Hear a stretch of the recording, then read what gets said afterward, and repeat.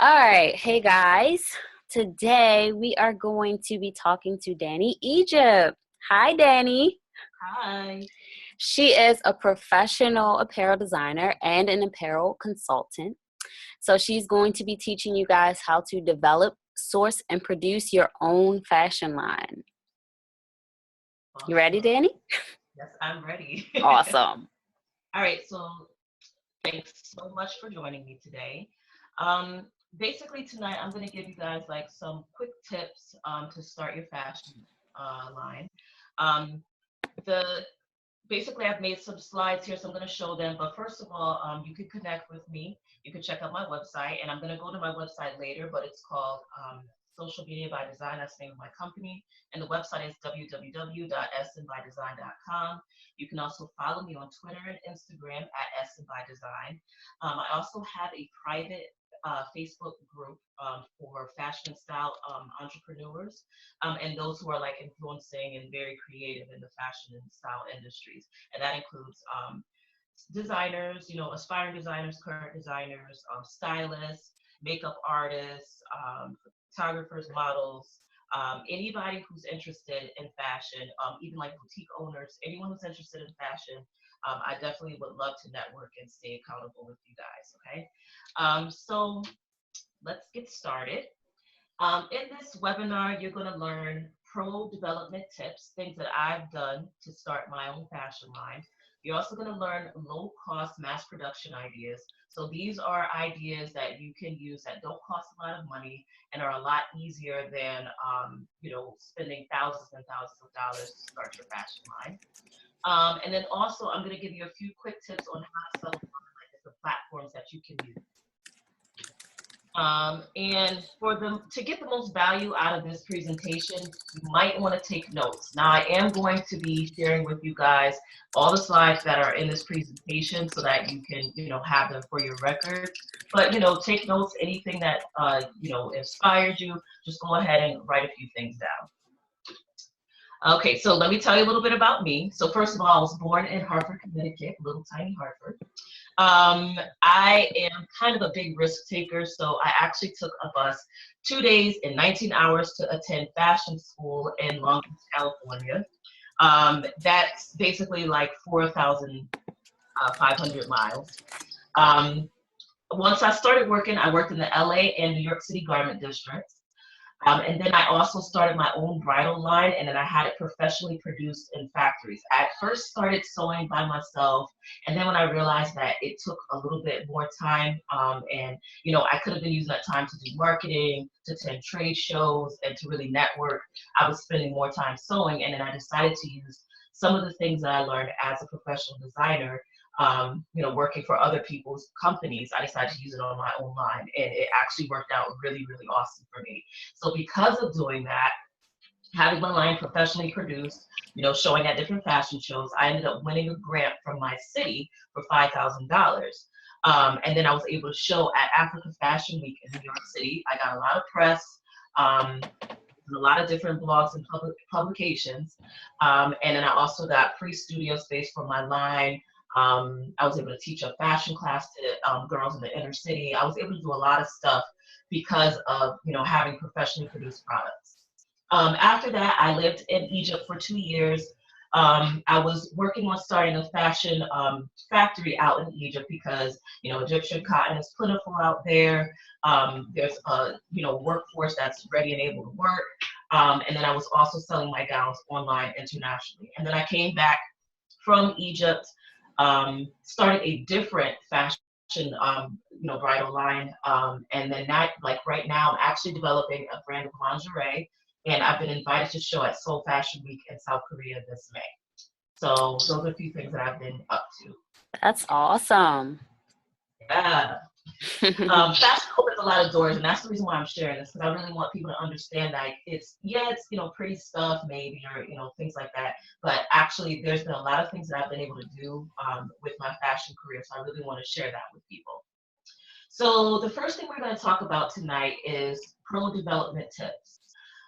The first thing you need to do, like when you're starting a fashion line or any kind of business, is you need to plan. So what you want to do is define your market and then choose who you're going to sell to. This is as simple as deciding if you want to be a men's, women's, kids, infants, or juniors designer. But you need to go a little bit deeper than just that and decide the exact demographic that you want to target and sell to. And then you need to choose your niche. Okay. Now, if you don't know what a niche is a small area of trade within the economy, often involving specialized or unusual goods or products for few people. Basically, that just means a specialized segment of the market. So like a petite lingerie brand would be an example of a niche, or a plus size bridal line would be an example of a niche. Basically, it will allow you to capitalize because you're not trying to sell to everybody, you're just trying to sell to certain people. And you want to be basically the big fish in the small pond rather than, a small fish in a big pond. So why do you need a niche? I believe personally that it's a beginner's mistake to try and try. Oh, sorry, I have a little one that's coming. I have, basically, it's a beginner's mistake to try and target and sell to everyone. And as they say, you can't please everybody all the time. So because you can't please everybody all the time, you really shouldn't as a designer. You really need to hone in who exactly you're trying to sell to. Let's see. All right, so I have 6 steps for you for defining your niche. So the first thing is, like, I know you guys have heard before, who, what, when, where, why, and how. Number 1 is deciding who you're trying to sell to. So that means, things like demographic as far as age, location, things like, my baby is like deciding to come into the room. I have 2 little girls. So that's part of like being an entrepreneur, is that sometimes you have to be flexible. So you want to decide who you're trying to sell to, where they're located, age. Some things like race might be important. Some things such as like their demographic as far as like what sort of things they do for work might be important. All these things are really important when you're doing a fashion line. Just a second. Oh, just popped out of that. Okay, so now you want to decide what you're designing. Deciding what you are designing is really important because, like, you can decide to design wedding gowns, for example, or party dresses and things like that. But you can also decide to be a day dress designer. So, like in the category of dresses, designers can design tons of different items, but you just need to define exactly who you're trying to sell to. And then the what is exactly what you're trying to design. Okay, so here's my baby who decided to come and say hi. Oh, just 1 second.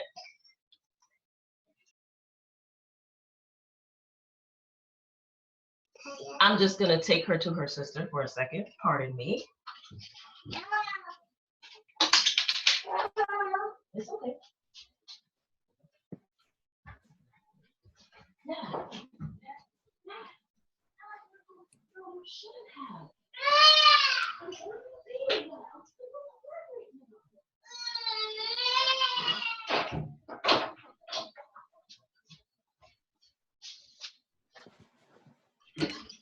Okay, sorry about that. I apologize.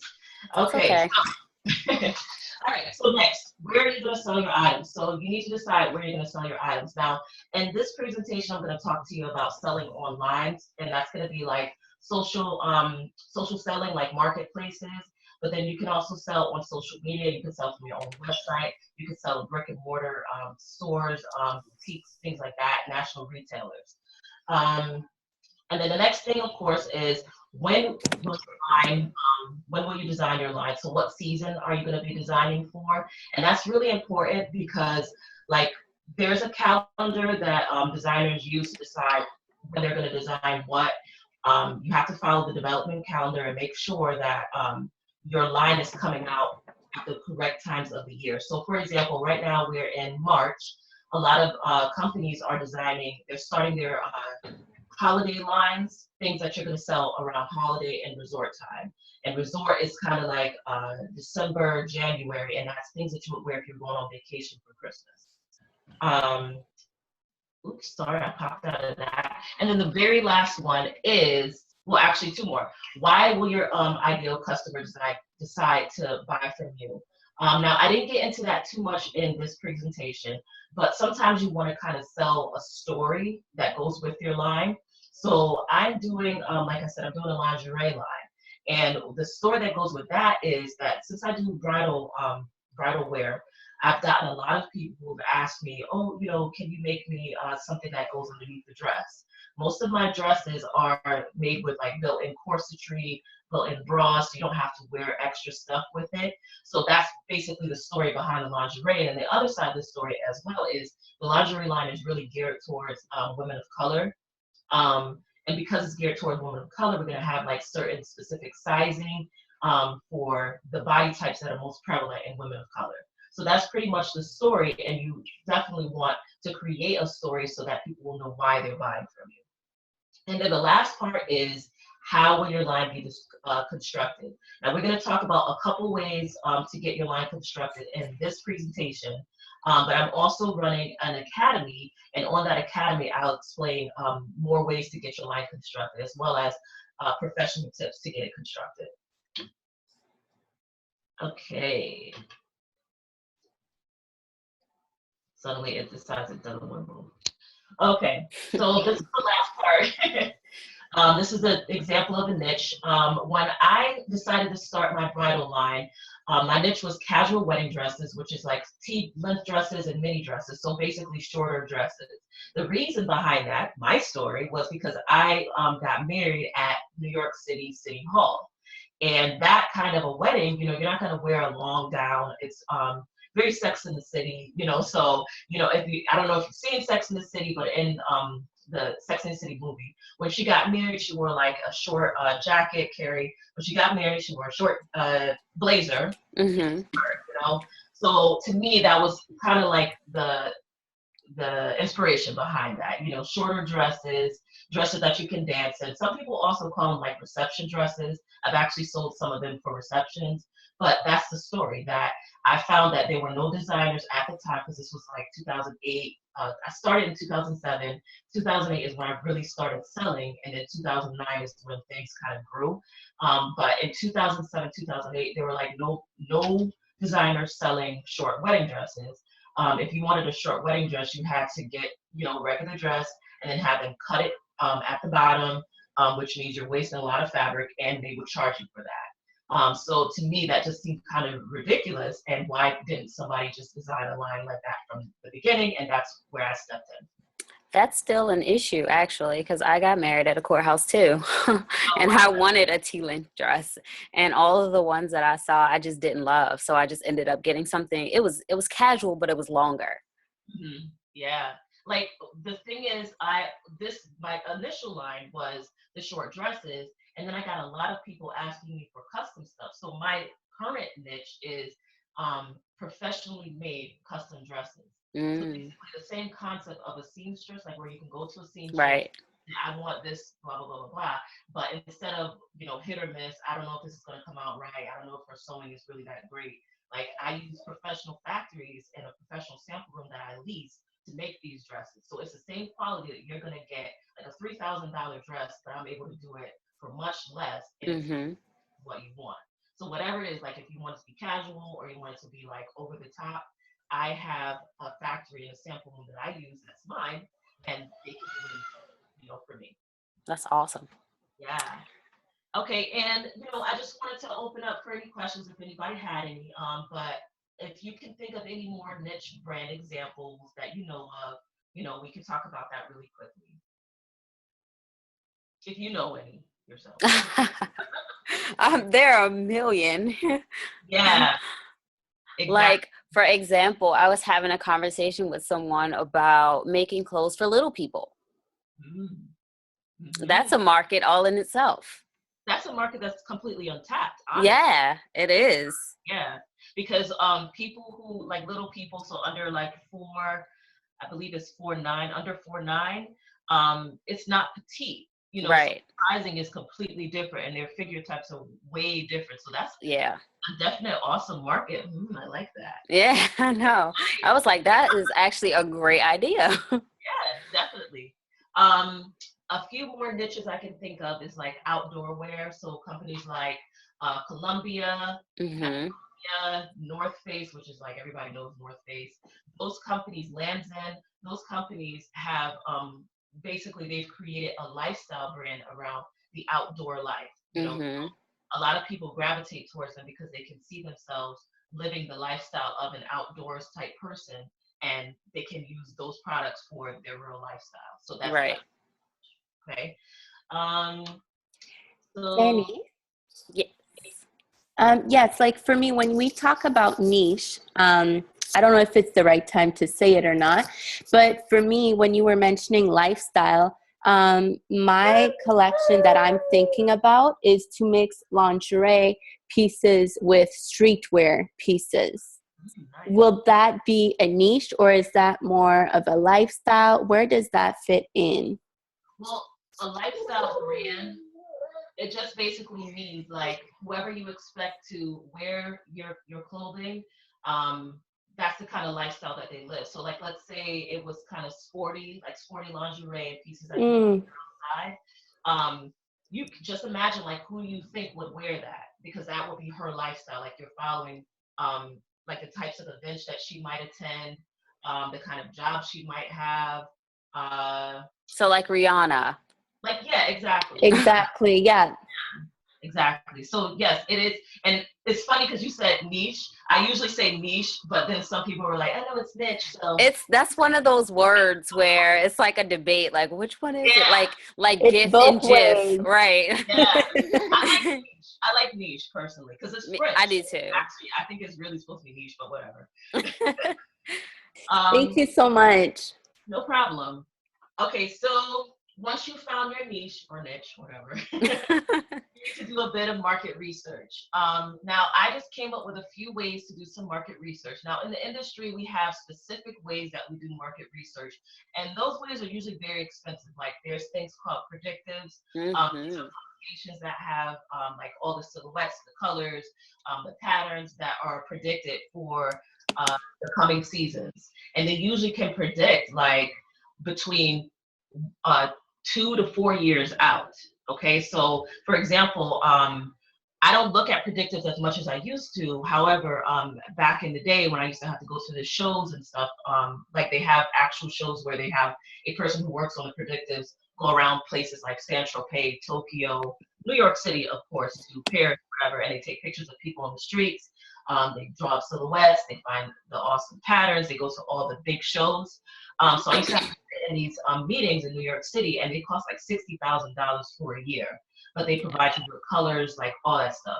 So like when I would sit in these meetings, you would get designs and ideas that would last you for between 2 to 4 years. And an example of that is the legging. I remember when people started wearing leggings again, I think like we did a season of leggings, and then they predicted leggings are not going to go away. For some reason, people like that silhouette. They like to be able to wear like a blousey top. It's comfortable. And this, I'm telling you, this was back in 2005. So Yeah. 2017, like the predictors are really spot on. So I figured out ways to help people who don't have $60,000 and are not going to attend those crazy expensive, shows. How to figure out how to do market research themselves. So as you can see here, here's 3 ways to do it. So first of all, you want to check out your competitors. And when we say competitors, if you're not currently in business, you might be like, oh, I'm creative. There's nobody who's competing with me. You're right. There's nobody who's competing with you per se. But in the industry, we call it hanging with. So who your line would hang with. So Hmm. like let's say you go into a store, who you envision your line would be right next to on a hanger. So hanging with, right? So and the example that Vanessa just gave about like streetwear lingerie, I can imagine like I don't know if you guys have seen 2017 spring trends being predicted. You can search for that on Pinterest actually. But DKNY has done a lot with that, like a streetwear lingerie combination, but they Hmm. haven't gone as deep into the lingerie side. So you definitely have a good niche there. Let's see who else. Adidas as well. They did some stuff like that. So a lot of the sports and activewear companies, they've been going into that sort of thing. Like the triangle bra tops with the thick the thick elastic that is printed with the name of the company on it. Right. Kind of like what you see on underwear, like Calvin Klein, it'll say Calvin Klein or Polo or whatever. Well, they've been doing like in different places. So if you can imagine that your line would hang right next to that, that's would be your competitor. So what you would do is research them, see what they're up to, see what's selling well for them. The second part is really simple. It's go on social media. I'm trying to coin a term. Well, I'm going to coin it anyway. I'm coining a term. I call it reactive design. Okay, reactive design is reacting on what consumers are purchasing right now and what they're interested in. And one way to know that is by using social media. So if you go on Instagram, Pinterest, Polybore is another good one. You can see what people are liking right now. So you design based on what they're already saying they want. So reactive means you're reacting to the consumer. You're not just saying, oh, I just want to design this, and you're just designing it. You're making sure that you're designing like in a smart, very intentive way. Like you're making sure that your intention is right and that somebody would want it. So if you go on social media, you could search using hashtags. Hashtag fashion is going to bring up anything having to do with fashion, and you can kind of like weed out based on what you're thinking to design. You can kind of weed out, what definitely will speak to your customer. Or what about style bloggers? Oh, definitely. Style bloggers, definitely. Now, when I was just saying about Pinterest, the thing I love about Pinterest is that if you like do something like, type in spring 2017 trends, they're going to give you every single thing that was written about having to do with spring 2017 trends. That includes colors, style, silhouettes, and all that. I love Pinterest. Yeah, I love Pinterest. Well, style bloggers, they're very smart and savvy. So what they do is when they're posting on their websites, they're making sure to have, the Pinterest share icon. They're making sure to use SEO so that you can find what they're writing about and what they're talking about. So you can find like articles that are going to give you like a rundown of like the top 20 trends for this or that, Yeah. So style bloggers are definitely a great, great resource, and it's really easy to find them if you go on Pinterest. Pinterest, actually, they say Pinterest is kind of like a search engine, actually. It is. It's awesome. Yeah. You can look up street style as well. I do that often. Mm-hmm. And there's another one. I didn't include it in this presentation, but it's called Trend Hunter. And a lot of style bloggers put their stuff on Trend Hunter. Okay, and Trend Hunter has free and they have paid stuff. So beware of that. But Trend Hunter is awesome. So the last thing, this is something that I came up with just by checking it out and being kind of intention, like really attentive to what's going on. But number 3 is look at pattern books. Pattern books are basically made by companies like McCall's, Vogue, Butterick, Simplicity. Those companies, it's their business to make sure that they're selling patterns that consumers would want to make. So basically what they do is they attend the trend meetings. They attend the meetings that are letting you know about the silhouettes, patterns, that stuff.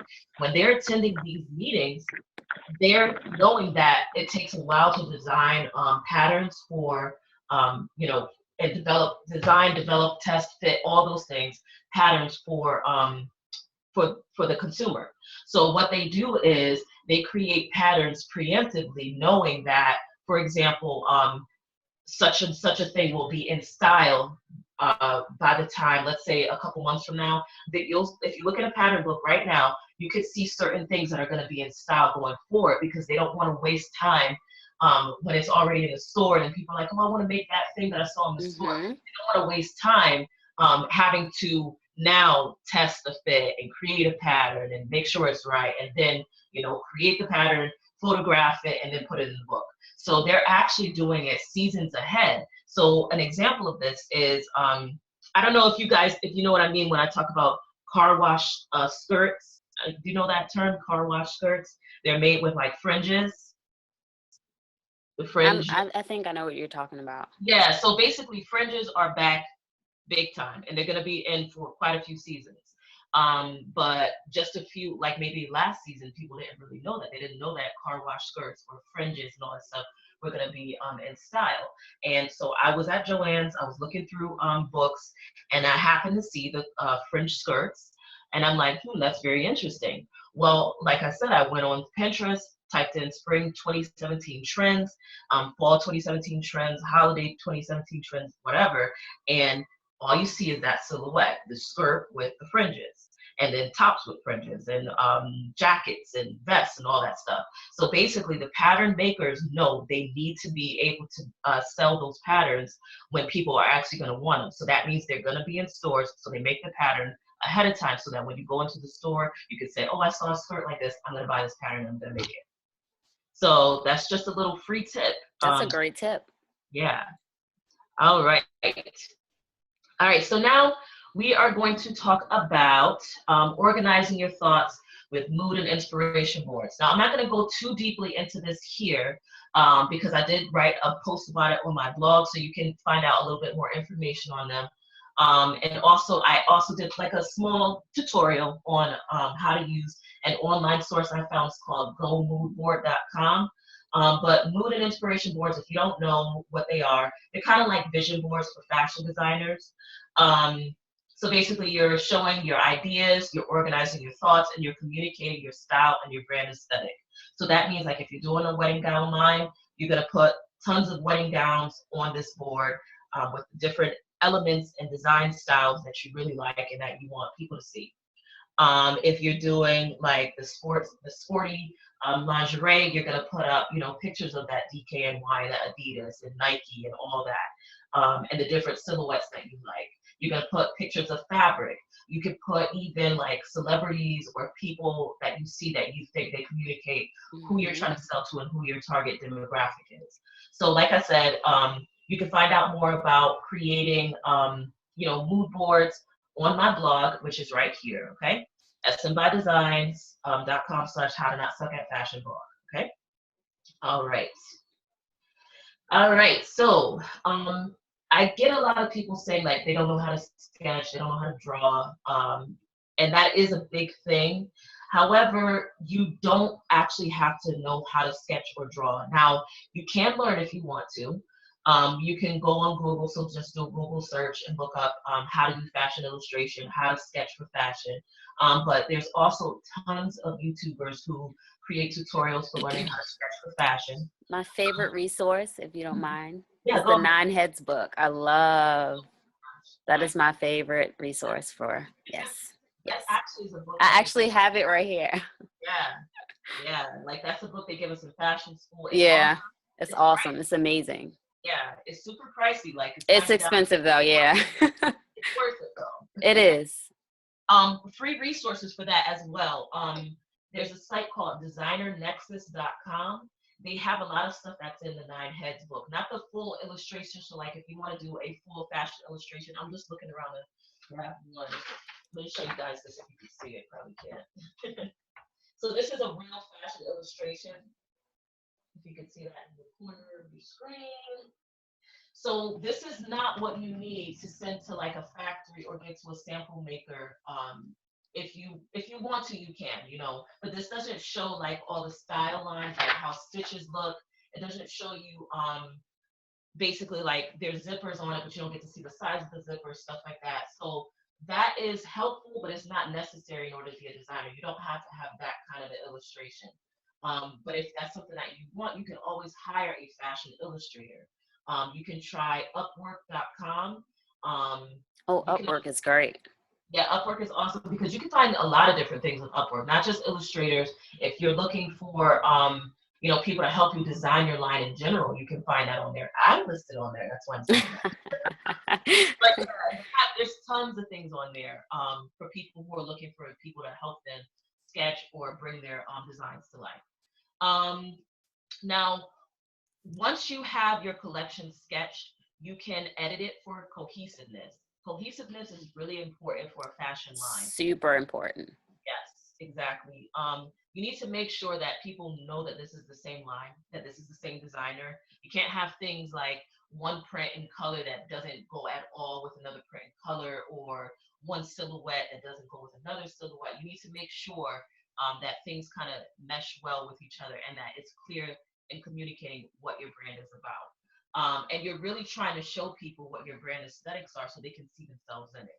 Yes. So editing is super important. Like, I'm not gonna go too deeply into like editing and all that. Edits are, yeah, yeah. Yeah, but you just wanna, like, let's say you design 50 pieces, you don't have to make 50 pieces. Right. You can, when I was in fashion school, we used to have to each semester you sketch 150 pieces, and at the end collection we did 3 pieces. So Three. like that process from coming from 150 to 3 that really show what your line is about is really important. You can decide like how many pieces you want to create, but you just want to make sure that all the pieces are interrelated and people can understand what you're trying to say. Vanessa wants to know how many pieces is a collection, a good collection? For people starting out, it really has to do with what you can afford. Because Yes. because some people, like, I don't know if you guys have heard of Nicole Miller. She's one of my idols. Yes. She started her wedding gown line with 6 dresses. That's it. That's a collection. And that's fine. Yeah, that's totally fine. Mm. Like I said, some people will do, like in the industry, I used to have to design no less than 200 pieces. Then we'll whittle it down to like maybe 150, then whittle it again to 75, and end up selling 30. So it really, it's up to you. And actually, and we would make like 100 pieces, like actually sample out 100 pieces. But if you're just starting out, I have like crazy stuff popping up. If you're just starting out, you do not want to waste a lot of money on pieces that you don't really want. You Right. want to make sure that you're very intentional about what you're creating so that you can save money. The big companies can waste money. Like, they don't have a problem with that. This is why they have sample sales in New York and Yep. more stuff. You want to love what you're putting out because your money is it's not cheap. It's not strong. And even if it is cheap, let's say you are able to find a way to make pieces for less than what you expected. You still don't want to have your brand diluted by just so many pieces that make no sense. Yeah. Save So, it. You yeah, can always reuse it. yes, you can. And most companies, they really do. They'll reuse it. They'll take something and redesign it for the next season and the next season. Again, that legging from 2005 to 2017, still going strong. So keep In that in mind. case you guys are wondering how I know this, I went to school for fashion design. Her name is Danny, and my name is Danny too. Right. Okay, so now we're just going to talk about sourcing tips. I'm going to give you guys 3 easy ways to find sample makers. Love Craigslist. Yes, Craigslist. Love it. So when I first decided to start my bridal line, like I said, I was sewing by myself, but then I started to realize again that I was missing out on time that I could have been using to market, work on my website, work on, just building the line and developing, because developing is like a job in and of itself. Yes. A seamstress or a person who does the sewing, that's a whole other separate person. So when I worked in the industry, I wasn't sewing anything. I would just create the designs, come up with the fabric, submit the sizing for it, and then that's how it would work. So small designers, I think you need to adopt that same mindset. Don't feel like you have to do every single bit of it. So that means if you don't know how to sew, that's totally fine. You don't have to sew. I used Craigslist. That was my first, the first way that I found sample makers. I searched in the gig section or the services section. I looked for sample makers. And here's a quick tip. Depending on where you live, you might want to look in the closest metropolitan area, like the major metropolitan area. So if you're like on the East Coast, close to New York City, look in New York City. If you're in the DC area, look in DC. Atlanta, LA, any of the really big cities are going to have more people who are listed as sample makers. And then you can go for seamstresses and tailors. Now, all these people know how to sew. It's just that you have to make sure you communicate to them exactly what you want. So if I'm saying that I want to make a wedding gown, you want to make sure you see their examples of either wedding gowns or like formal wear, anything that requires really good finishes. If you want to make like the lingerie line, make sure they have the correct machines to sew on Yes, knit. before you commit. Before you commit. I actually have quite a few horror stories. I'm sure you do. Just one that I'm going to share really fast. I did hire a sample maker, and the sample maker, she was in New York. She was lovely, a really nice lady, but she totally messed up my dress. Like the dress that I had her design, had her sew. I really could have made it better by myself. it didn't come out well. It didn't fit well. The fit model and I were just like, what is this? What is this? So that was like $250 wasted. So you want to make Wow. sure, yeah, you want to make sure. And this is in the very early days of my bridal career, and it wasn't bridal, it was like a party dress. But you want to make sure that they know exactly how to make what you're asking for. Now, another way that I've found seamstresses and also advertised myself, because, like I said, at one point in time I was sewing myself, you want to search bulletin boards that are at fabric shops and local businesses. So you know how people can like post little ads or flyers on bulletin boards, like even at the grocery store, Yeah.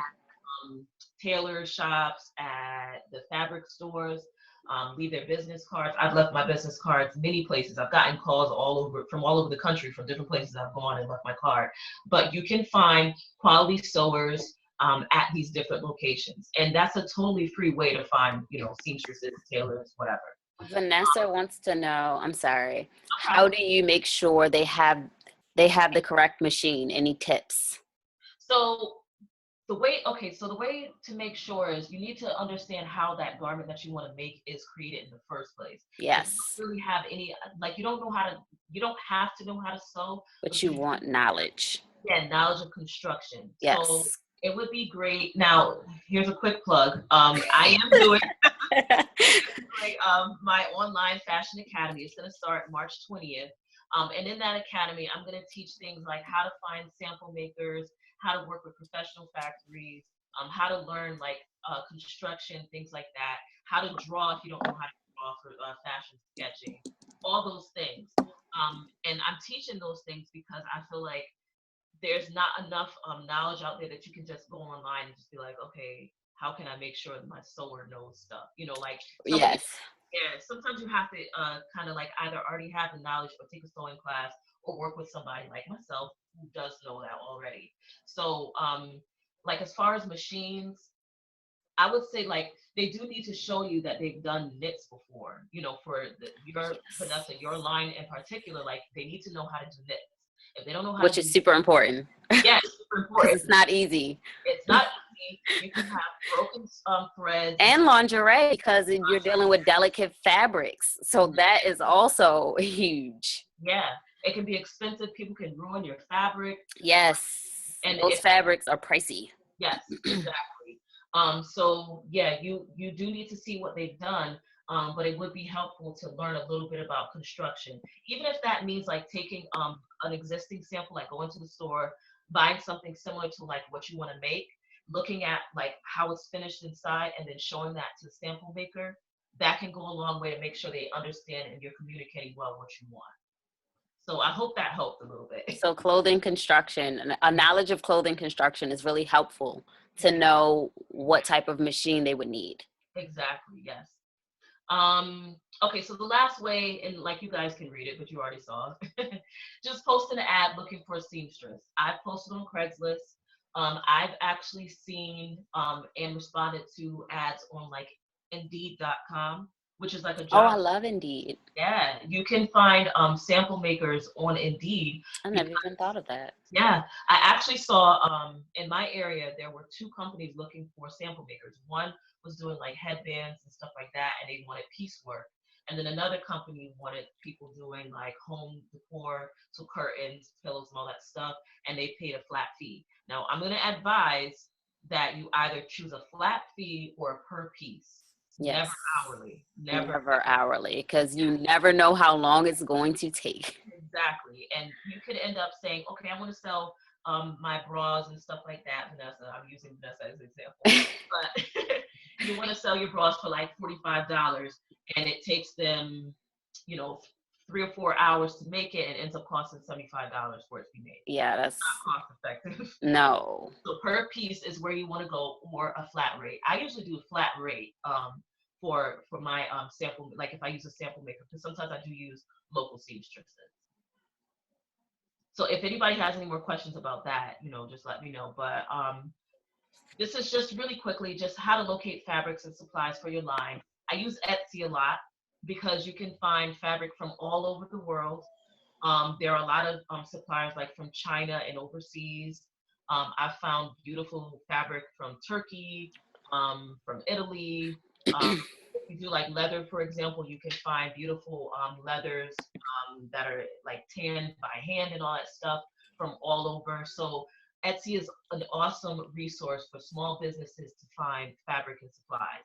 Of course, you could just go to Google because Google is like, pretty standard, and Google search on that. But I don't know if a lot of people know this. Joann.com, a lot of people use Joann's. Joann.com also has bulk and wholesale fabric and supply pricing. So you can contact them. Yeah, you can contact them and say, I'm looking for X amount of yardage of, such and such a fabric, and they can get you a price. Etsy does that as well. And of course, you could do bulk fabric pricing, whatever, on Google as well, like do a search. These are great tips. Yeah, those are just 3 tips. I mean, I'm filled with way more than that, but I don't want to, bore you guys. All right, let's see.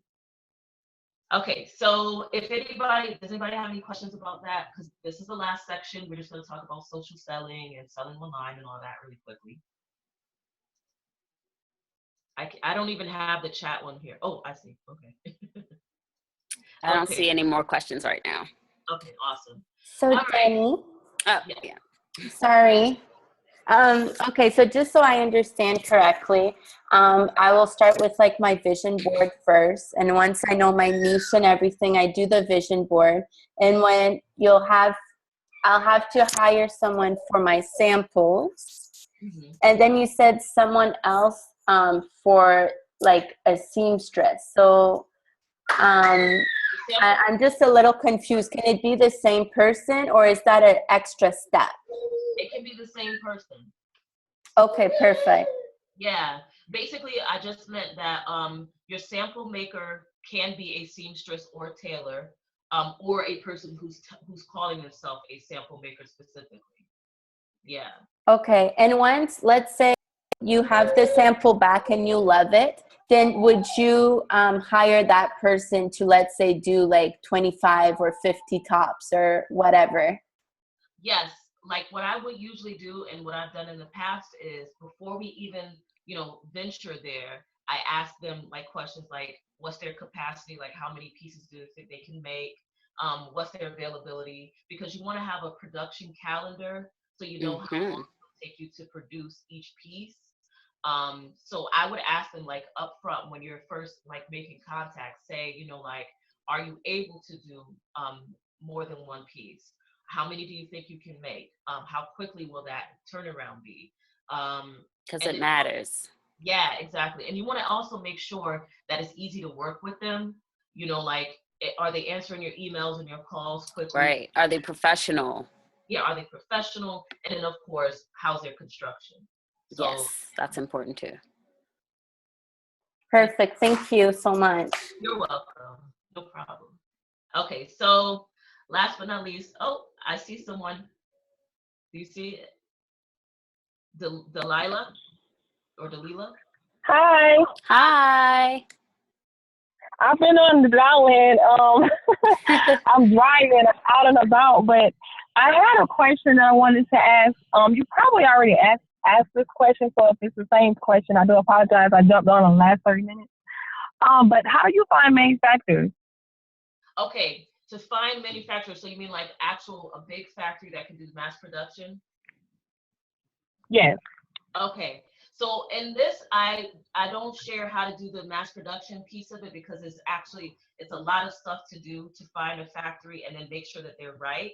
I am offering that in my course, my academy. Like I teach you how to find factories, how to communicate with them and how to work with them effectively, because working with factories, you need to make sure that you're giving them like industry specific stuff to work with them. And so that goes like deeper into like technical design. Yes, a tech pack. Yeah, tech packs, creating specs, that's measurements, making sure you're communicating with them effectively, all that sort of thing. So I teach that in my academy, which is a little bit to the depth for here. So that's why I gave kind of like, easier example. But you can, one thing I will teach in my academy is that you can work with factories and make for you one piece at a time, and it doesn't have to be mass produced. Because my wedding gowns, I only do one piece at a time. I'm not doing mass produced anymore. I used to sell to boutiques a little bit here and there, but I found that custom was better for me.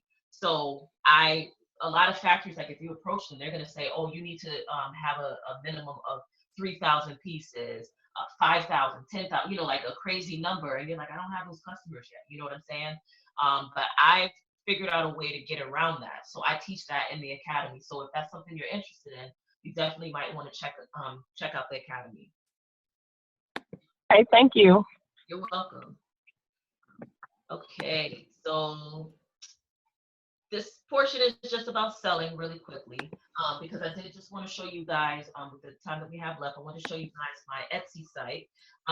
But there are like 12 different social selling marketplaces that are available right now. A marketplace is kind of like a Facebook, meaning that you can list your store, and then all the people who are following that particular platform, they can all see your store listed. I like marketplaces because, like, if you don't have a following yet, you can get seen faster through Right. marketplace. So, like, if you notice here, I put Big Cartel as one, UsTrendy.com is another, Store Envy is another one, and Etsy. Now, Shopify is a little bit different, so I'm not going to talk about that one too much, but I am going to focus on Etsy. I have sold on Big Cartel, UsTrendy, and I did open up a store on Store Envy, but Etsy is my favorite. I've had the most success with Etsy, and I think it's because people trust Etsy. I believe they said there are like 180,000 shops on It's Etsy. a great community. Yeah, it is, and there's like 3 million sellers, and they're doing like transactions, millions of dollars daily. Okay, so, and they've grown so much. It used to be only handmade apparel and products were allowed to be on there, but now you can actually work with the manufacturer and sell on Etsy. Yeah, so like I said, Etsy is my favorite. I've been on there since 2009. I have two wedding gown lines. The first one I ended in 2012, and then I started a new bridal shop called New Bridal in 2015. And right now I'm a 5-star seller. So I have really good reviews. And I don't have all of my reviews up there. Sometimes it's kind of hard to get people to come back and review your stuff on Etsy. But right now, I've had excellent experiences with Etsy. I was able to find a lot of customers, and customers find me, and I get a lot of conversations, which is their messaging tool. It's kind of like PMs or DMs on Instagram, Facebook. I get a lot of convos asking me, "Who can you design this dress?" and "Oh, I'm looking for such and such." So Etsy's it's a really cool tool. And I actually want to pop out of here. I'm just going to tell you guys about social media sales really fast, and then I'm going to go to my Etsy site. So social media is also a great way to sell. Like if you want to sell using Instagram, Instagram has been like a really great way to sell because it's like mostly image based. So people will start, like I've seen, for example, people start a major Instagram account, and then like they'll have a pop-up shop. So it'll say, like, let's say I have an Instagram store or Instagram presence, and it's called Danny Fashion. Then I'll do a second one that's called Danny Fashion Shop. So whenever I'm having a sale, you'll go to the Danny Fashion shop. You look at the pictures I have there. You can either enter in like your email address so that I can send you an email invoice, or you can click a link and go directly to purchase it. There's different ways to sell on Instagram and different ways to sell through social media. You have to decide what works best for you. And like I've been talking about my academy, I'm going to go through different ways to sell, so you can decide what works best for you and for your brand. The invoicing, some people don't like that because they feel like, well, you have to wait for the message comes in, then you generate an invoice, send it to them.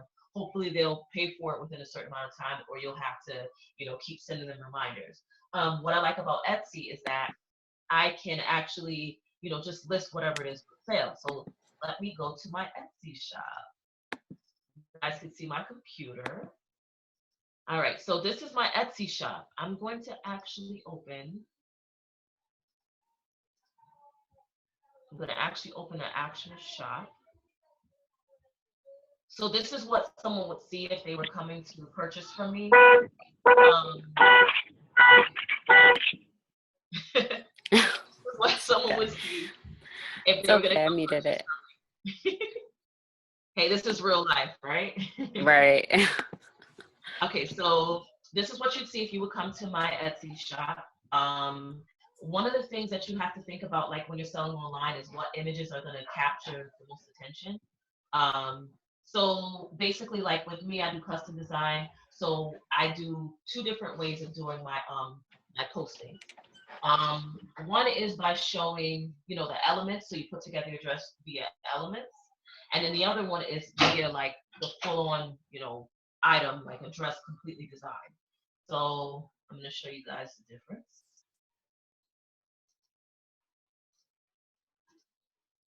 So as you can see, the one I just clicked on, it says sleeves.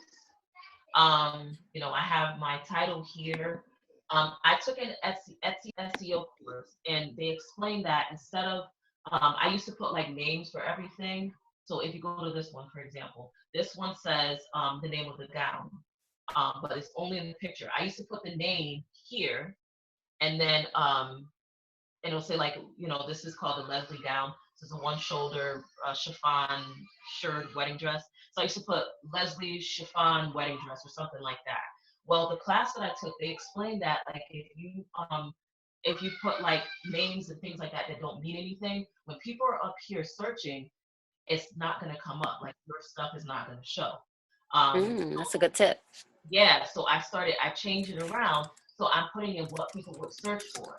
So as you can see, it says wedding gown, one shoulder, chiffon gown, A-line wedding dress, custom, gathered, bride dress, destination, wedding dress, and formal wedding dress. So this is for SEO purposes, right?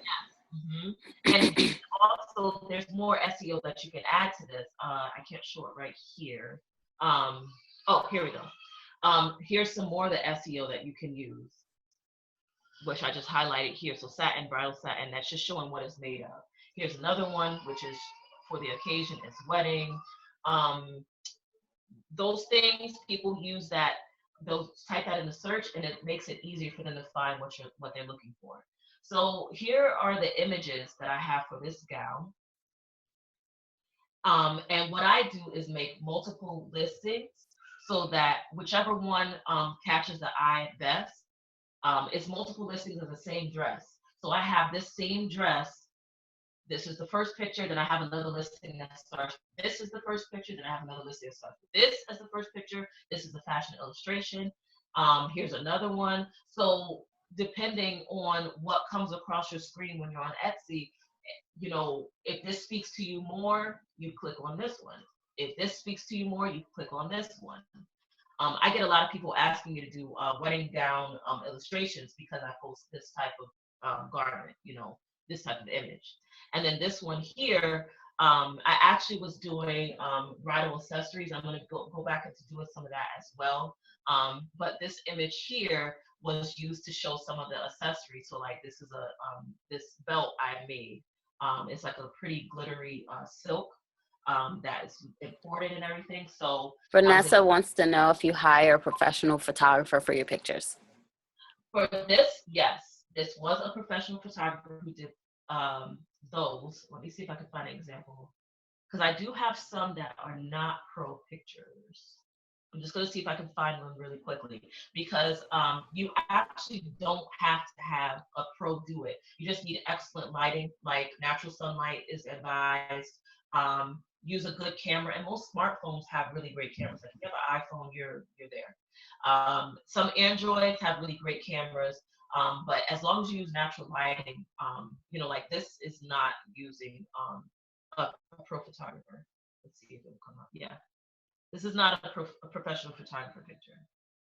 And as you can see, there's no person in it either. Those are sketches. This one, not a pro picture as well. And then this is something that I share on like my Instagram, like I was doing, where you can choose, okay, which do you like the most? So this is just a collection of images. And again, it's because I do custom stuff. So that might not apply to you, but I just wanted to show you guys that. But yeah, I've had great success with Etsy, and so like in the academy, I do teach a little bit more about you know, how to use Etsy, and as well as the other platforms that are out there, like Store Envy is very Big Cartel. What I love about Big Cartel is that it looks like it's just your website. Like nobody knows that it's a marketplace unless you want them to know. Yeah. And yeah, and they don't charge a fee. Now Etsy and Store Envy, I believe they charge 3% plus a listing fee. So when you make a sale, you're going to take 3% off of the total, not including the shipping or taxes. And then it costs 20 cents to list. Big Cartel, you pay monthly. So I believe up to 5 listings is free. Up to maybe 25, I think, is $9.99. And then up to 50, I believe, is $29.99. And then Those aren't bad. it's not bad because you don't get any fees with that. So if you do have sales and they're coming in regularly, and you want to keep more money in your pocket, because like let me show you guys really quickly. If you can see the prices on my gowns, $1,800. That means that I'm losing a lot of money. Anytime, not losing, I don't want to say I'm losing, but whenever I make a sale, Etsy's taking 3% of that. You know, and I do pay for shipping. I give my brides beautiful shipping. I give them a custom hanger that has either their last name or it says bride on it. I do a beautiful garment bag to store your dressing, because I want you to get the same feeling like as if you went to a bridal salon. So I do all those things, and you know, every little bit does count. You know, so 3% you might not want to pay that. So Big Cartel is definitely a great option. Do you want to tell them a little bit about the academy? Okay, sure. So we're gonna go to my website really quickly. It's here, www.smbydesign.com. So this is my website. Please feel free to sign up for my newsletter. I give fashion business tips. You can also follow me on Instagram and Twitter. I try to post every day, you know, relevant fashion business tips. And I'm also a great motivator. I love to motivate people, empower. She makes videos every single day, just about. I didn't get a chance to make one today. But yes, I try to make videos every day.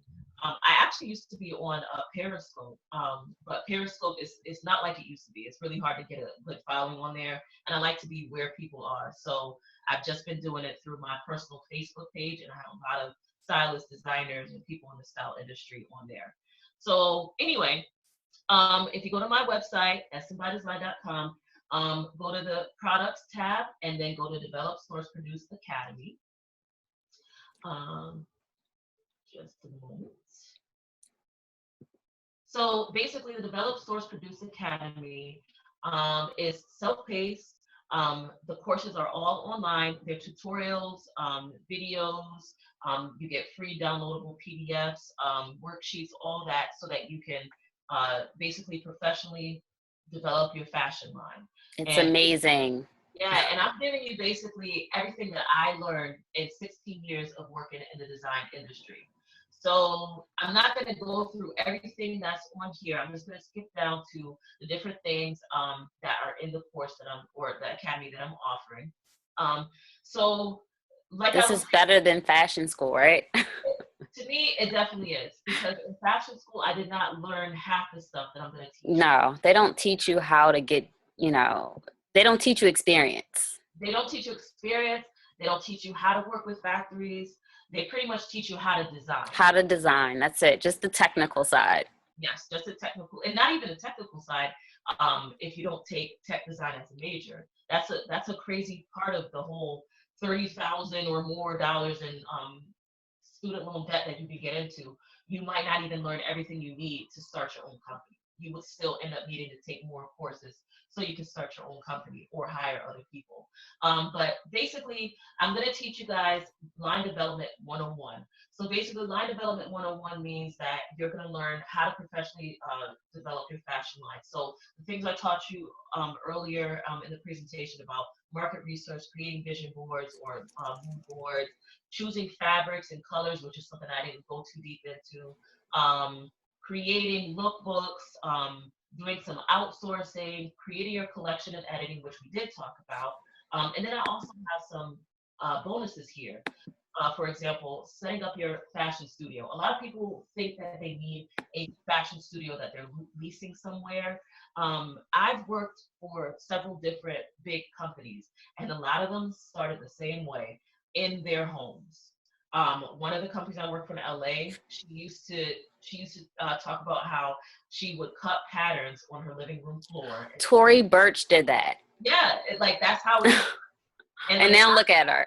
yeah, I've had a fashion studio, but my number one fashion studio, like throughout my career, has been my kitchen table and spare bedroom.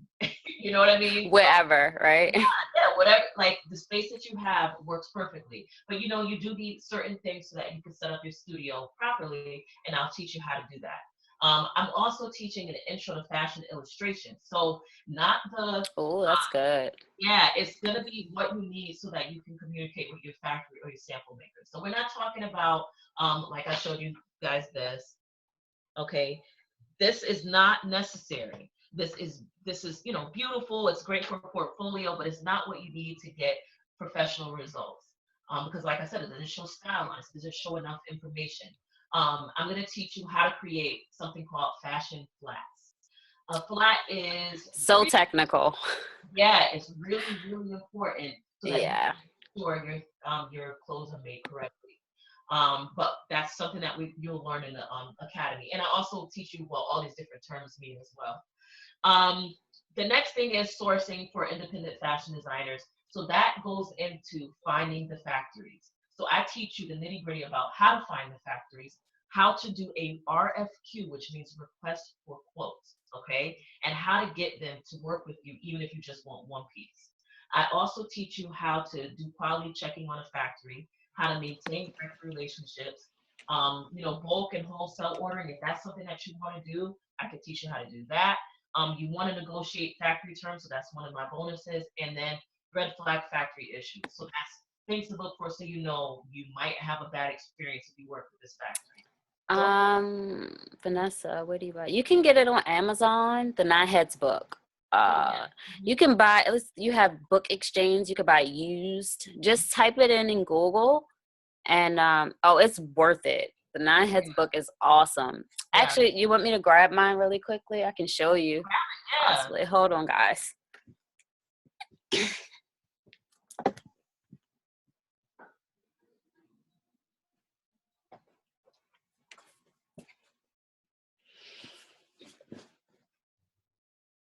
All right, let me see. So this is Nine Heads. It's awesome. It has like all of these really great fashion illustrations in it. It has like every garment you can think of. It shows you flats too. Yep. And It show you, yeah. garments too. Collars, cuffs. Colors, cuffs, shoes, faces, note, like it shows you everything from beginning to end. It's awesome. If you practice, Vanessa, yes, you'll be able to sketch correctly after. Mm-hmm. And practicing really just means like maybe an hour a day or something. Yeah, just do it every day and you'll get it. So yeah, okay, sorry. All right. All right, so I'm also teaching technical design. It's a technical design boot camp. So nobody is selling or really teaching you how to do technical design unless you go to like a fashion school. Like FIT does have a technical design program. It's like a 2-year program, and I believe like you'll be out like $15,000 to $16,000. Woo, that's expensive. Exactly. And the thing is, some of the things that they teach is not really necessary for you to be able to do, like to create your own line. Like if you were gonna go work for a company, maybe you need that. So yep, and my kids are like, mommy, get off. But I'm gonna teach you how to write specs, how to create tech packs, how to conduct fittings, and then also doing approvals and commenting to get exactly what you want. And then also, this is really important, but doing specs for knockoffs. That's really, really important. Like if you want to try to copy something and then make your own design changes to it, doing specs for knockoffs, first of all, it'll teach you how to do specs properly, but then also It'll teach you how to copy things and get them as constructed just as well as the original. And that's something that, you know, I know pattern making. I've learned how to copy garments like via patterns. And so I'm teaching you how to do specs for it, because you don't have to learn pattern making to be a designer, but definitely You want a knowledge of it. yeah, yeah. Okay, and then the last part was is basically how to sell online. So that's like what we reviewed at the end. So you know, social selling platforms, different ways to sell your collection online, how to create awesome content for your social media, because social media and selling online go hand in hand. You do need like a social media presence. So before you've actually had your collection made, you can start putting your stuff online, putting ideas and showing what your brand's aesthetic is. I also show you guys a social media content creation strategy, how to set up your online marketplace, DIY website setup using Wix and some other sites that I've used as well, and then e-commerce sales options. And then the last thing is I love to give you guys bonuses. So there are fashionable launches and campaign strategies that I'm going to teach you guys about. And that includes things like contests, different things that you can do to get people interested in what you're trying to sell. I am giving bonuses as well, such as daily check-ins, weekly action lists.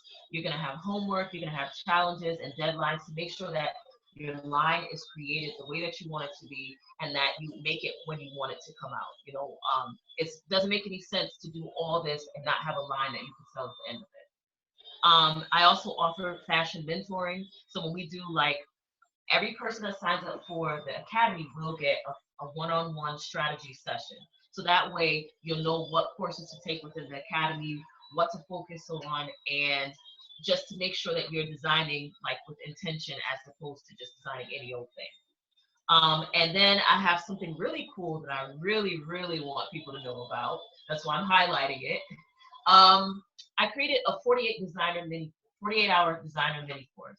So basically this is how you can get online basically within a weekend and start selling your fashion line.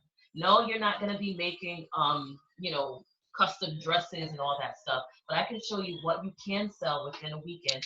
Maybe if you need to raise money for your line, maybe if you need to see if you can get, you know, do a little bit of market research and see if people are really interested in purchasing what you're trying to put out there. So this is a really cool way to get people interested, and also just get more eyes on your brand. So right now I have 4 easy payment options. The one I'm going to focus on particularly is the $97 a month. $97 a month basically ends up being about $19.97 for a year. When you compare that to the price of student loans, like I always like to tell people, I was $30,000 in student loan debt for going to fashion school. And when I came out of fashion school, I still had to learn everything. Yeah, like everything. I mean, I had to intern and I had to work at this company and work at that company. And then even after doing that, I started my own line, made mistakes, wasted money. Like, the reason why I'm doing it the way I'm doing it here, offering it to you guys this way, is because you could save a lot of money without going to fashion school, without going to student loan debt at $97 a month. So, which is a great price. Yes, it definitely is. And, you know, of course, if you have questions, if you want to learn a little bit more about the Academy, you can definitely reach out to me. Check me out on social media. I will be sending all the things that we talked about in the presentation today. Danny's going to have it where you guys can download it and go over it at your own pace. But definitely feel free to reach out to me. Awesome. Thank you so much, Danny. That was a great presentation. Any final questions or comments or anything you guys have to say? No, I just really wanted to say thank you so much. No problem. Thank you for watching. All right, guys. I think we're done here. Have a great evening, ladies. Bye. Bye.